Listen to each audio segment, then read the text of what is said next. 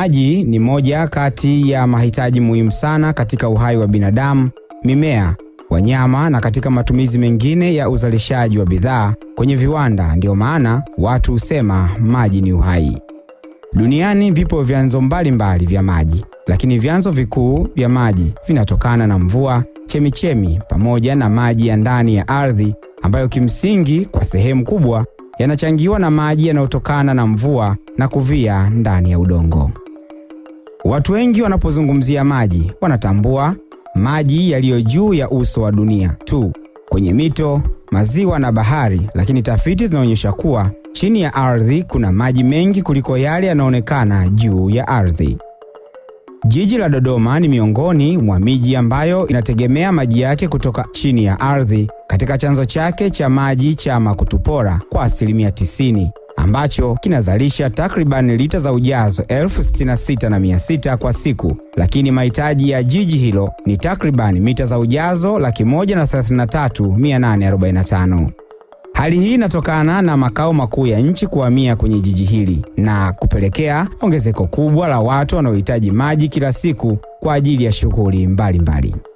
Kutokana na ongezeko hilo kubwa la idadi ya watu linalopelekea ongezeko kubwa la uhitaji wa maji kila siku katika jiji la Dodoma, watafiti kutoka Chuo Kikuu cha Sokoine cha Kilimo SUA kwa kushirikiana na Chuo Kikuu cha Cardiff na Chuo Kikuu cha jiji la London nchini Uingereza wanaamua kufanya utafiti kuangalia namna ya kutumia maji yaliyopo chini ya ardhi kuondoa umaskini na uhaba wa maji katika ukanda wa kusini mwa jangwa la Sahara, yaani mradi unaokwenda kwa jina la Go Futures. Baada ya kazi kubwa iliyofanywa na watafiti hao katika kipindi cha miaka 5, ikafika wakati wa kutoa matokeo ya utafiti huu.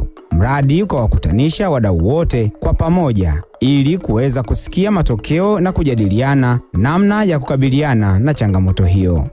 Na hapa nje ya mkutano huu, mtafiti mkuu wa mradi Profesa Richard Taylor kutoka Chuo Kikuu cha jiji la London nchini Uingereza na Profesa Jafet Kashaigili kutoka Chuo Kikuu cha Sokoine cha Kilimo SUA wanaeleza kwa kifupi kuhusu utafiti huu na matokeo aliyoyapata kwa miaka 5. We wanted to understand in terms of the role of groundwater in people's lives. And what we found was that people who were using groundwater, who had access in many cases to shallow wells and other facilities for water supply, what they found was that groundwater was relatively resilient. You could use it during the dry season, particularly in dryland areas where there may be no rainfall for a good part of the year. And they were able to maintain their access to safe water for drinking. They're also able to partake and engage in smallholder irrigated agriculture. So what we found was that their livelihoods were more, if you want to call it, they had their improved livelihood outcomes, meaning in terms of household income as well as reduced ill health. And these were very substantial benefits that have been recorded in all 3 of the study areas that were examined.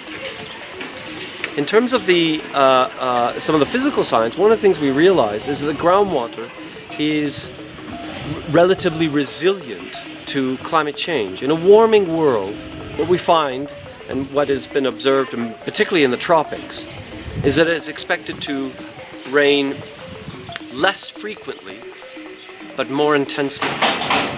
Now, if we think about this for a moment, more intense but less frequent rainfall will have negative outcomes for agriculture.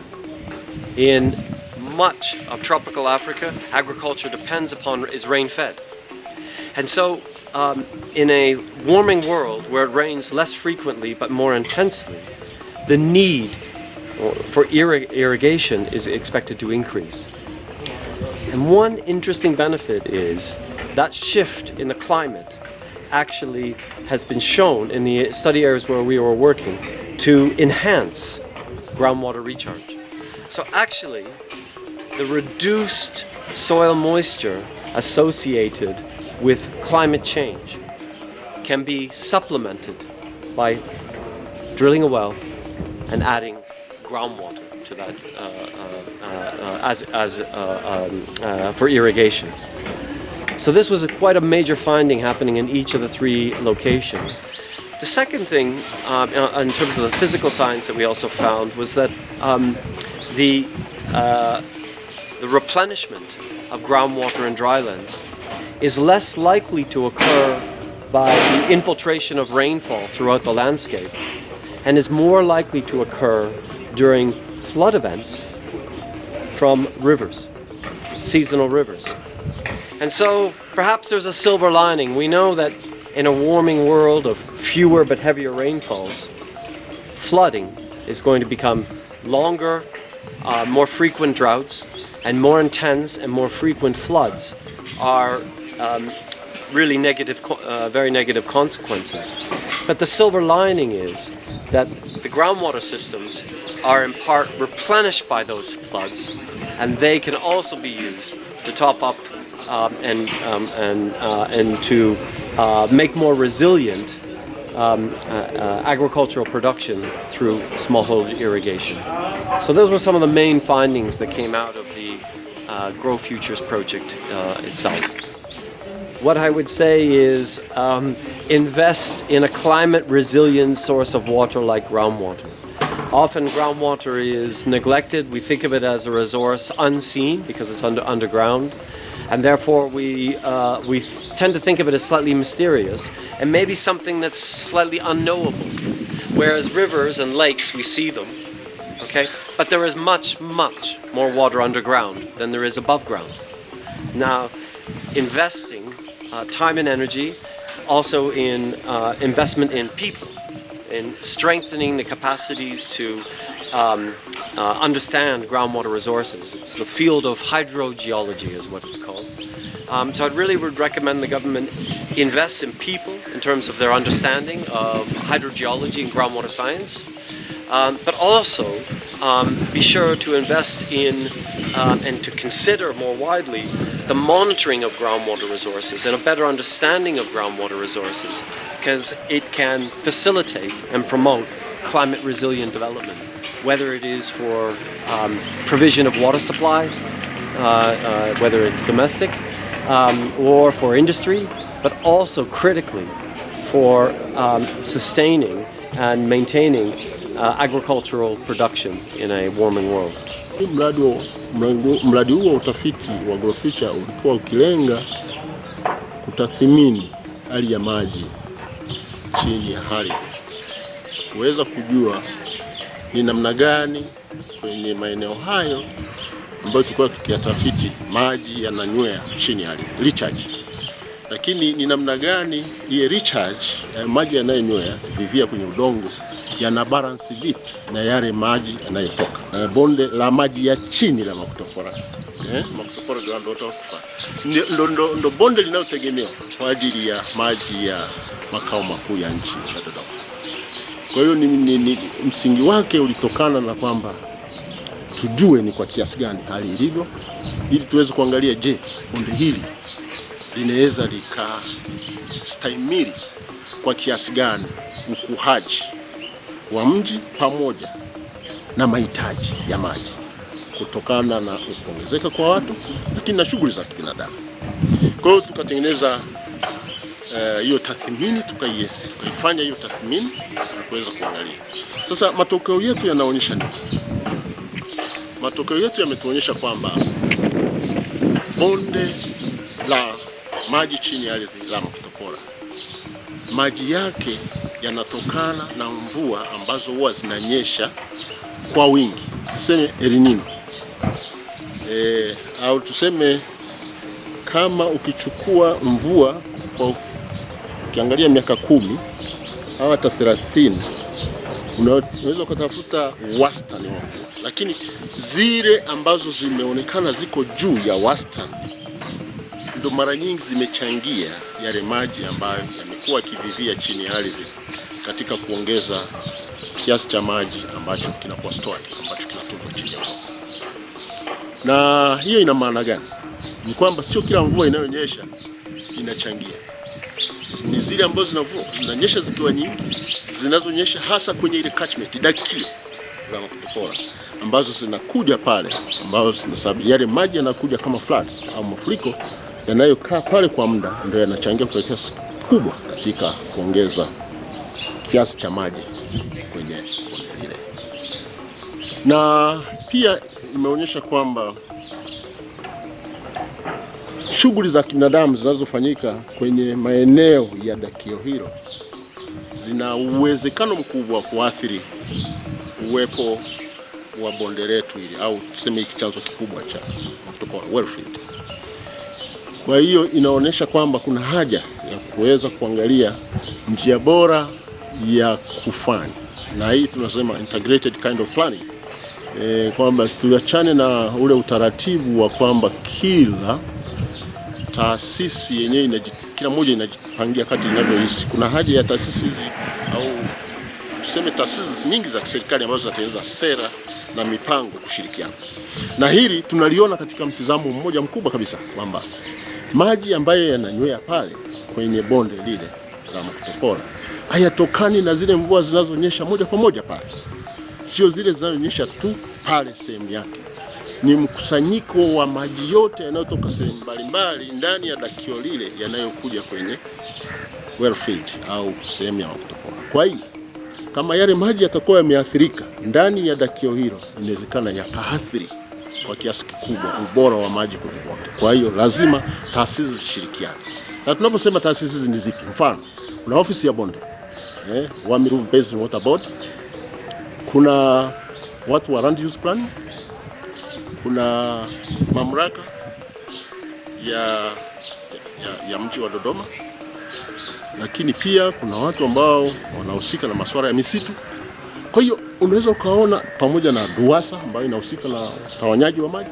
Kwa hiyo kuna haja hizi taasisi zote zikakaa kwa pamoja kuweza kuangalia namna gani mipango ya maendeleo inayoandaliwa ndani ya hili dakio la mto Makutopora inafanyikaje, ili sio kila mmoja anajipangia tu, kwa sababu kimsingi bila kukaa pamoja tukaongea kwa pamoja na kupanga kwa pamoja, athari yake itakuwa ni kubwa, na pale ambapo tutakuja kukumbuka kwamba sasa kuna haja ya kuzuia shughuli fulani isifanyike, labda makazi, kama ambavyo tunaona makazi mengi yakiendelea kupanuka ndani ya eneo la bonde kwenye hilo eneo la bonde la Makutopora, inawezekana ikatupelekea kuwajibika kulipa pesa nyingi sana chini ya ile resettlement plan. Kwa hiyo kuna haja ya kuangalia haya mapema sana ili kuhakikisha kwamba bonde hili ikiwezekana liwe gazetted lote, sio kama sasa hivi ambavyo karibu nusu ndio imekuwa gazetted lote, linalochangia maji yanayoenda mpaka kwenye Makutopora yakatoka Chianga kuelekea Hombolo, liangaliwe kwa pekee wake ili kuzuia shughuli za binadamu ambazo zinaweza zikaathiri eneo hili kwa sababu ya umuhimu wake. Kwa sababu kimsingi ukiangalia tathmini ya maji mbalimbali ambayo yametokana na vyanzo mbalimbali vya maji, karibu asilimia zaidi ya 90 ya maji ya mji huu wa Dodoma yanatoka Makutopora. Na kitu kingine ambacho tumekiona ni kwamba ukiangalia sasa ile tathmini ya uwiano wa maji ukoje chini ya ardhi, inatuonyesha kwamba ile water budget, yani kama budget mu Kiswahili chake ni kama budget, ni budget hata kwa. Kwa hiyo ukiangalia ile water budget yake inaonyesha kwamba ile uzalishaji wa maji unafikia karibu milioni 141 milioni mita cube 141, na katika hizo 84 zinatumika kwenye shughuli za pumpage ambazo zinakuwa pumped kule, lakini kuna excess ambayo sasa inaenda kutiririka kama maji kuelekea kule maeneo ya Hombolo.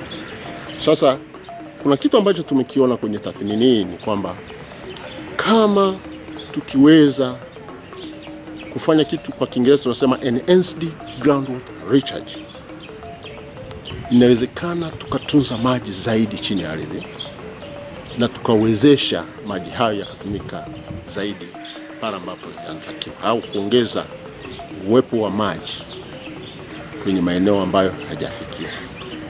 na kwa Kiingereza pia tunasema hii ni managed aquifer recharge. Kwa hiyo ni kwamba inawezekana haya maji tukayatathmini kwa ubora wake, lakini tukayaruhusu yakakaa juu ya ardhi kwa kuweka mazuio mbalimbali ili yaweze kunywea kuingia ardhini. Nchi mbalimbali zimefanya hivyo na zimefanikiwa kuondokana na karaha na hadha zilizopo za maji.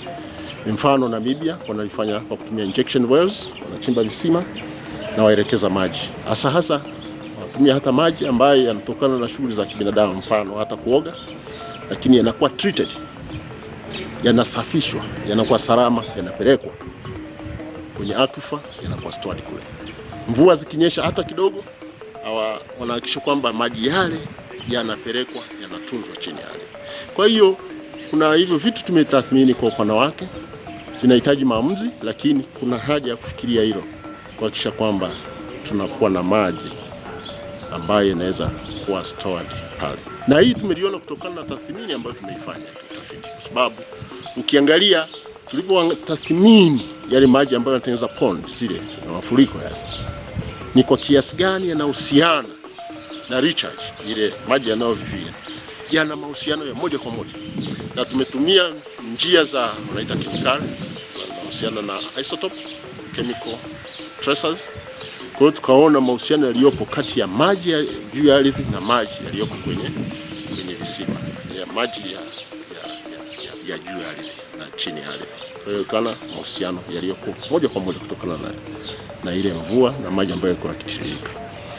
Na pia tumeangalia maeneo ambapo kunakuwa na pondage, kuna response, yani kwamba ile groundwater, ukanda wa maji wa chini ya ardhi unapanda kulingana na pondage, kiasi cha maji ambacho kinakuwa chini ya ardhi. Kwa hiyo hayo mahusiano yanatuambia kwamba tukiweza kufanya chochote kile ambacho ni cha msingi kuhakikisha kwamba maji tunaya retain kwa muda fulani kwenye catchment hiyo, tunaweza tukaongeza uwezo wa kustore maji chini ya ardhi. Kwa hiyo ambayo tunasema enhanced recharge au managed aquifer recharge ni ya msingi sana, na inabidi tufikirie kama njia nyingine ya kuhakikisha kwamba tunakuwa na maji ya kutosha. Kwa hiyo utafiti huu sasa unatupa matokeo ambayo wizara na taasisi nyingine zinazohusika zinaweza zikachukua kwa ajili ya kuyafanyia kazi kama sehemu ya mwendelezo. Mgeni rasmi kwenye warsha hiyo alikuwa ni mkurugenzi wa rasilimali maji kutoka Wizara ya Maji, Dr. George Lugomela, ambaye anaeleza umuhimu wa utafiti huo, uhitaji wa maji kwenye jiji hilo pamoja na mipango ya wizara. Warsha hii ambayo tuko hapa leo iliyoandaliwa na Chuo Kikuu cha Sokoine kwa kushirikiana na Chuo Kikuu cha Uingereza, University College of London, Chuo Kikuu cha jiji la London, ni warsha inayohitimisha mradi wa Grow Futures ambao umetekelezwa kwa muda wa takriban miaka 5. Mradi huu ulifanya tafitishi katika bonde la Makutupora hapa Dodoma. Kama tunavyojua, Makutupora ndio chanzo kikuu cha maji ambacho ni chanzo cha maji chini ya ardhi, lakini pia walifanya utafiti kule bonde la Rufiji. Sasa jina la workshop ni kuelekea Dodoma yenye uhimilivu wa huduma ya maji, towards resilient water supplies for Dodoma City. Tunajua changamoto kubwa iliyoko hapa Dodoma hivi sasa ni upungufu wa maji. Chanzo kikuu cha maji kwa hapa Dodoma ni ule mwamba wa maji chini ya ardhi pale Makutupora, ambao unaweza kutoa mita za ujazo 61,500 kwa siku. Lakini mahitaji ya jiji la Dodoma kwa hivi sasa, baada ya serikali kuhamishia shughuli zake hapa pamoja na taasisi zingine za serikali, mahitaji yamekuwa kwa kasi, na hivi tunavyoongea Dodoma inahitaji mita za ujazo 133,845 kwa siku. Kwa hiyo utaona kwamba ile 61,500 pamoja na vyanzo vingine vidogo kama kule Ihumwa kuna maji chini ya ardhi Chamwino, na Iyumbu na vingine vinachangia pia kiasi cha mita za ujazo 5,000 kwa siku.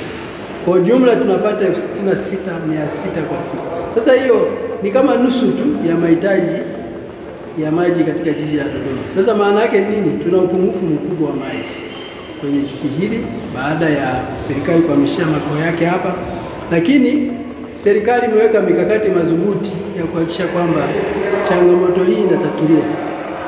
Kwanza kuna ujenzi wa bwawa la Fakwa ambao tayari Benki ya Maendeleo ya Afrika imeshatoa hela kwa ajili ya kufadhili mradi ule na unategemewa kuanza kutekelezwa katika mwaka ujao wa fedha, mwaka 2022/23.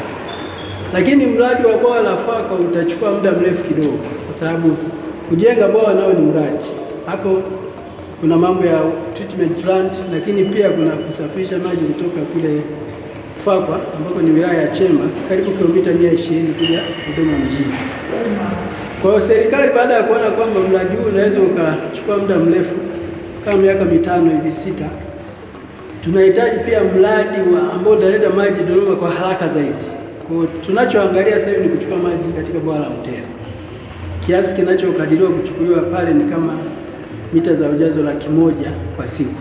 Kwa hiyo kichanganya na hii 66,000 ambayo inapatikana kwa sasa, tutakuwa na mita za ujazo 166,000 kwa siku, ambayo sasa inaweza ikatimiza mahitaji yaliyopo kwa sasa hivi na ziada kidogo kama 30,000 hivi.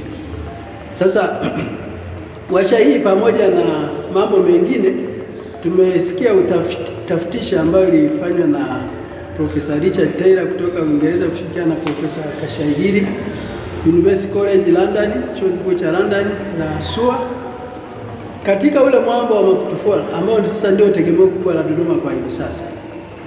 Tumeona kwamba katika miaka 10 ambayo tafitishi ile ilifanyika, maji yanayoweza kupatikana ni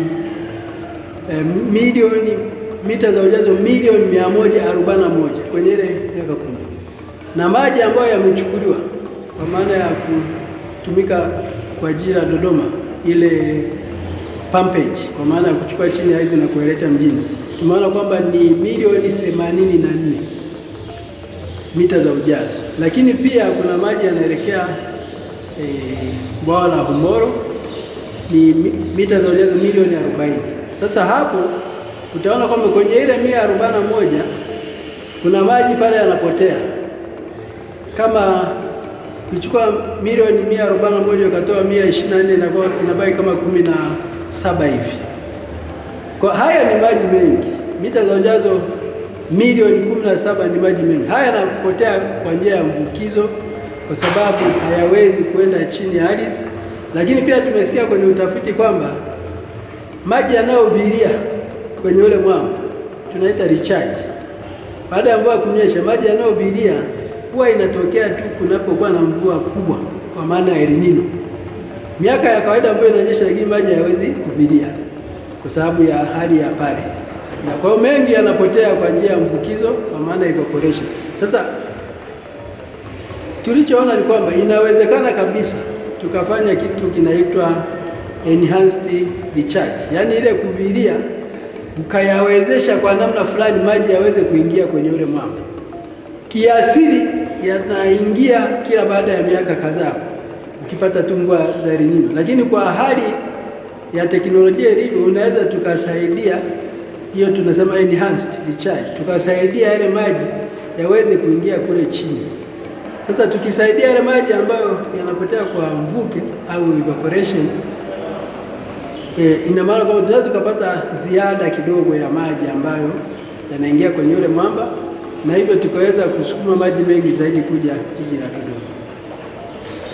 Baada ya kukamilika kwa utafiti huo, wafadhili wanaona umuhimu wa kufanyika kwa utafiti mwingine, na hivyo Chuo Kikuu cha Sokoine cha Kilimo SUA kwa kushirikiana na Chuo Kikuu cha Cardiff cha nchini Uingereza wanatambulisha mradi mwingine mpya, mradi ambao unaangalia matumizi ya maji kwenye jiji hilo na namna ambazo zinatumiwa na jamii kukabiliana na changamoto ya maji pale yanapopungua. Hapa mtafiti kutoka Chuo Kikuu cha Cardiff Dr. Adrian Hill na Profesa Japhet Kashaigili kutoka SUA wanabainisha kuhusu malengo, faida za utafiti huo na utekelezaji wake. My name is Adrian Healy. I'm a researcher from Cardiff University in the UK, and we have a new project. We're working with Sokoine University of Agriculture, Professor Japhet Kashaigili, and together we're looking at the resilience of cities which suffer water stress, cities like Dodoma, for example. So these are cities which have limited amounts of water, where water may be rationed or not always be available to the population. And what we're interested in is how households and how businesses manage that situation. So how are they resilient to the water stress or the shocks of not having water at a different time?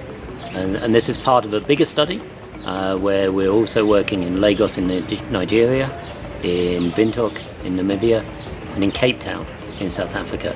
And each of these cities offers a different perspective on how cities can be resilient to water shocks.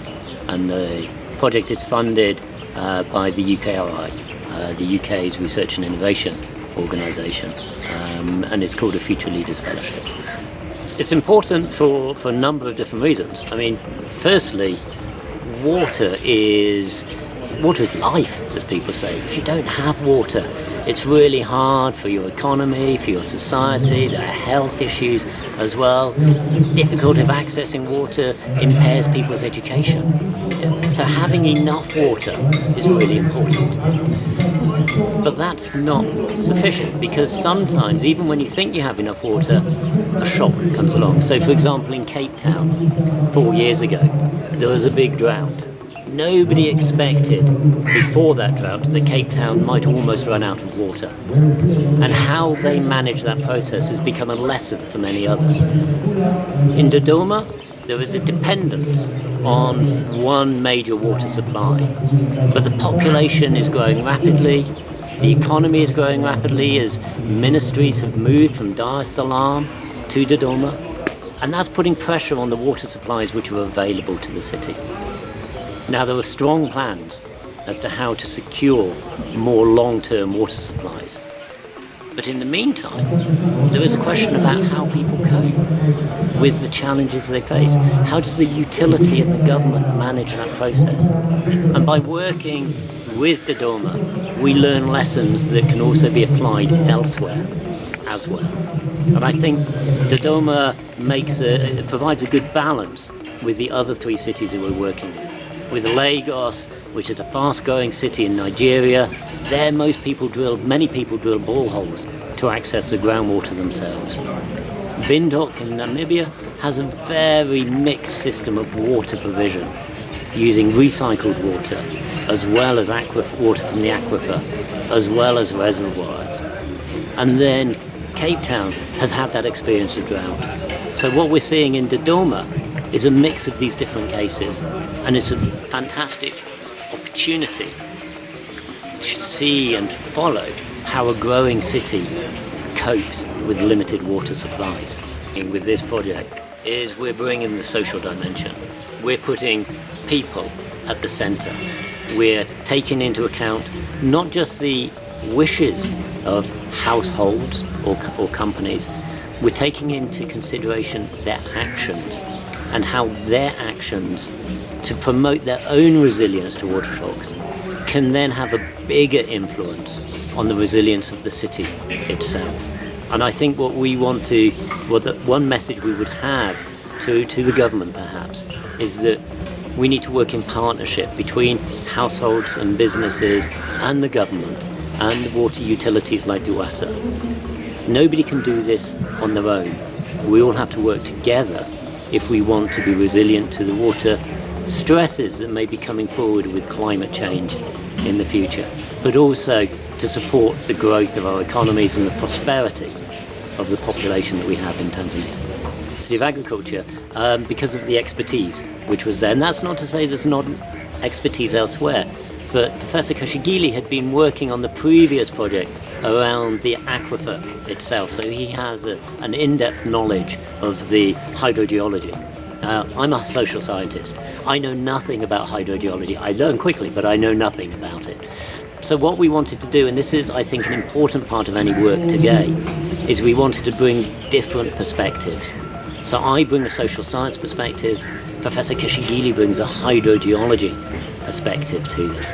And it's looking at these in combination that gives us a real opportunity to make advances in our knowledge from there. So that was the reason. But as part of the workshop today, we've been working with the Dodoma University as well. And so we're keen to reach out to others. And one of the researchers we have working on the project is based at Dar es Salaam University as well. So in this way, we hope to bring on board researchers from different universities. This isn't just about the place where the research takes place. It's about the knowledge that we gain and how we can work with colleagues in other universities to all learn about what makes places resilient to different shocks and how to strengthen that process for the benefit of those who live in these places. Na mradi mwingine ambao tumelaunch ambao leo hii ilikuwa ni kama uzinduzi wake ni mradi ambao unaangalia masuala ya maji kwenye miji.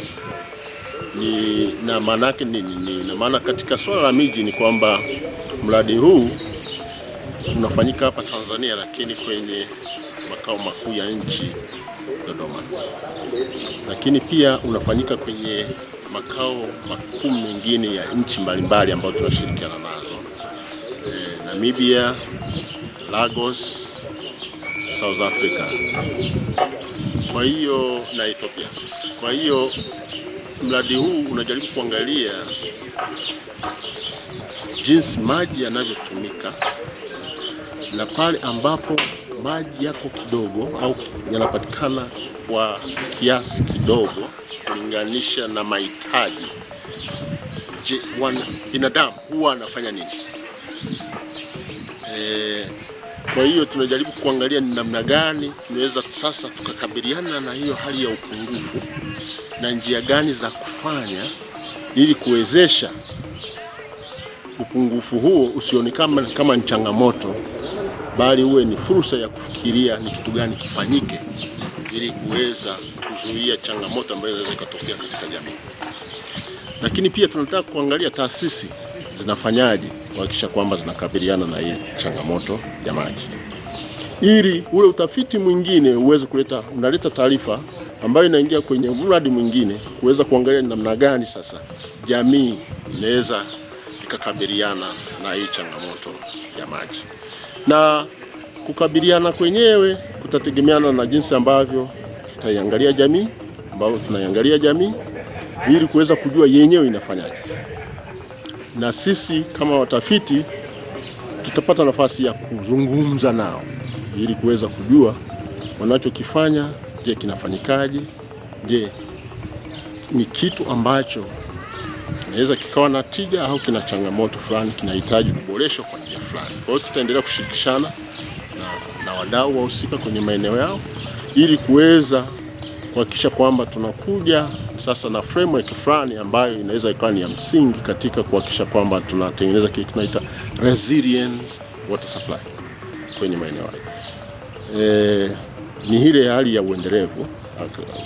Kimsingi tuangalie vitu resilience na sustainability ya water supply kwa mji huu. Na kimsingi nchi nyingine wameweza kuonyesha kwamba mara nyingi kunapokuwa na changamoto ya maji au changamoto ya kitu chochote, binadamu huwa anatafuta njia nyingine ya kuweza kukabiliana nayo. A kind of adaptive measures ya kuweza kukabiliana na hiyo hali. Sasa na sisi tunataka kuliangalia hili katika mtazamo wa kitaasisi, lakini na mtu mwenyewe binafsi. Maana kimsingi tunaona uongezekaji wa visima vingi ambavyo viko kwenye level ya mtu mmoja mmoja, lakini wengine vya taasisi mbalimbali. Sasa je, vina mahusiano gani na hali halisi ya upunguaji wa upatikanaji wa maji? Lakini pia tujaribu kuangalia ni kwa je, uongezekaji wake huu wa visima na nini, athari zake zinaweza zikawaje mbeleni. Maana Tusingoje mpaka litokee ndo tuseme mapema, tuweke tahadhari. Kwa hiyo tunafanya utafiti ili tuweze kujua hali ikoje, kwa sababu at the end tunahitaji tuwe na resilient community ambayo inaweza kukabiliana, lakini in a sustainable way, katika maana ya kuendelea. Na ni nini maoni ya wadau wengine wa maji kuhusu tafiti hizo na ushauri wao kwa serikali? Experience yangu katika kufanya kazi zangu za bonde la Wamiruvu, kwanza awali ya yote, bonde la Makutupora ni bonde ambalo lina umuhimu sana katika kuwapatia wananchi wa Dodoma chanzo cha maji. Kwa sasa hivi hamna chanzo kingine zaidi ya bonde la Makutupora. Kwa hiyo umuhimu wake unatakiwa utiliwe maanani katika kiwango cha hali ya juu. Sasa katika bonde la Makutupora ambalo lina visima vyenye uwezo mkubwa sana wa maji, kuna visima vina uwezo mpaka mita za ujazo 450 mpaka mita za ujazo 500. Lakini ili kile chanzo cha maji kiweze kuendelea kuwepo, kinapaswa kitunzwe, kwa sababu ground water ili iendelee kuwepo lazima kuwe na recharge. Na kutokana na tafiti mbalimbali zilizofanywa, ground water ya Makutupora inatoka kwenye milima ya Chenene na zaidi ya milima ya Chenene. Kwa hiyo ina maana kwamba watu wanaokaa maeneo hayo wanatakiwa kufanya nini? Kuyatunza, kwa sababu ukiharibu unapunguza kiasi cha maji kinachoingia chini ya ardhi, kwa sababu kiasi cha maji kinachoingia chini ya ardhi kinategemea sana na uoto wa asili uliopo katika eneo hilo ambalo chanzo cha maji kinapita chini, uoto wa asili na mipasuko ambayo inapita katika hayo maeneo. Sasa kutokana na umuhimu huo, tunaomba sana Wizara ya Maji ipate kushirikiana na wizara zingine, hasa watu wa urban, watu wa city plan, kama kuna uwezekano, pamoja na kwamba chanzo cha maji cha Makutupora kilikuwa gazeti mwaka 2012 kikiwa na GN ya 302 katika ile eneo la ukubwa wa mita za mraba 460, kilomita za mraba 460. Sasa zile 470 ambazo ni catchment bado hazijawa gazetted, lakini lina umuhimu katika utunzaji. Ndio maana tuliwaomba jiji kama kuna uwezekano, hata kama kutakuwa na matumizi ya ardhi, yaangalie umuhimu wake na kutunza chanzo cha maji na mazingira ya eneo lile. Kweli matokeo ya utafiti mimi nimeona kwamba ni mazuri, kwa sababu yameelezea kitaalam kwamba chanzo cha maji cha Makutupora kwanza kinaanzia wapi na kinaishia wapi, na kwamba jinsi ambavyo mvua zinanyesha kule inategemea na utunzaji wa chanzo cha maji. Kwa hiyo jinsi ambavyo wanavyotunza maji kule, wanavyotunza eneo lile, ndio jinsi ambavyo maji yanapozidi kuingia chini ya ardhi katika eneo lile, na kisha yale maji vile visima vinapata wanasema replacement. Sijui ni kwa Kiswahili nasemaje replacement, kwa maana kwamba maji yanavia chini ya ardhi na wananchi wanapata maji. Lakini kama usipokitunza, mwisho wa siku ndo tunapata matatizo kama hayo. Kwa hiyo ina maana jumuiya, viongozi wa siasa na taasisi ambazo sio za serikali tushirikiane kwa pamoja kukitunza kile chanzo. Mimi kwa ushauri wangu kuhusu ukuaji wa jiji la Dodoma na upatikanaji wa maji, ningependa kushauri kwamba tusifanye makosa kama yaliyofanyika kwa jiji la Dar es Salaam, kwamba mji umekuwa tu kutoka Kariakoo mpaka Kimara mpaka Kibaha huko bila kuwa na buffer zone, maeneo ambayo yana misitu, maeneo ambayo yana mashamba kwa ajili ya mboga na matunda ya kulisha mji. Wizara ya Maji au jiji wangeungana, watu wa town plan na Wizara ya Maji, angalau waweze kuwa na buffer zone, yani mji usikue tukue na miji midogo midogo pembeni ya mji mkubwa. Baada ya kutoka buffer zone ambayo ina misitu na mashamba, uwe na miji midogo ambayo nayo kule itakuwa inaendelea, itakuwa inapata maji kutoka huko, kupunguza hii kwamba maji yote yanatoka upande mmoja na yanaenda kote kwenye mji, yani katikati ya mji. Pia kwa maji haya ambayo ni maji taka, Wizara ya Maji ingefanya mpango wa kuyafanyia recycling katika yale mashamba yanaitwa mashamba ya miji. Badala ya kutumia maji safi, basi yale maji yafanywe recycling, yatumike kwenye mashamba na viwanda, kwa sababu haya maji yanapotea bure na ni gharama kuyatunza kwenye mabwawa pale, lakini hayasafishwi. Ukiyasafisha ungeweza kutumia kwenye mashamba, bustani ndogo ndogo za matunda na mboga mboga na viwanda vile ambavyo vinatakiwa kutumia maji. Hadi kufikia hapa ndio tunafikia mwisho wa makala yetu, ambapo tumeangalia utafiti na matokeo ya utafiti wa miaka 5 uliofanywa na watafiti kutoka Tanzania katika Chuo Kikuu cha Sokoine cha Kilimo SUA kwa kushirikiana na Chuo Kikuu cha Cardiff na Chuo cha Jiji la London vya nchini Uingereza, ambao ulikuwa unaangalia namna ya kutumia maji yaliyopo chini ya ardhi kuondoa umaskini na uhaba wa maji katika ukanda wa kusini mwa jangwa la Sahara, mradi unaoitwa Grow Futures, na uzinduzi wa mradi mpya mwingine unaoangalia matumizi ya maji na namna jamii inavyokabiliana na changamoto hiyo pale maji yanapopungua.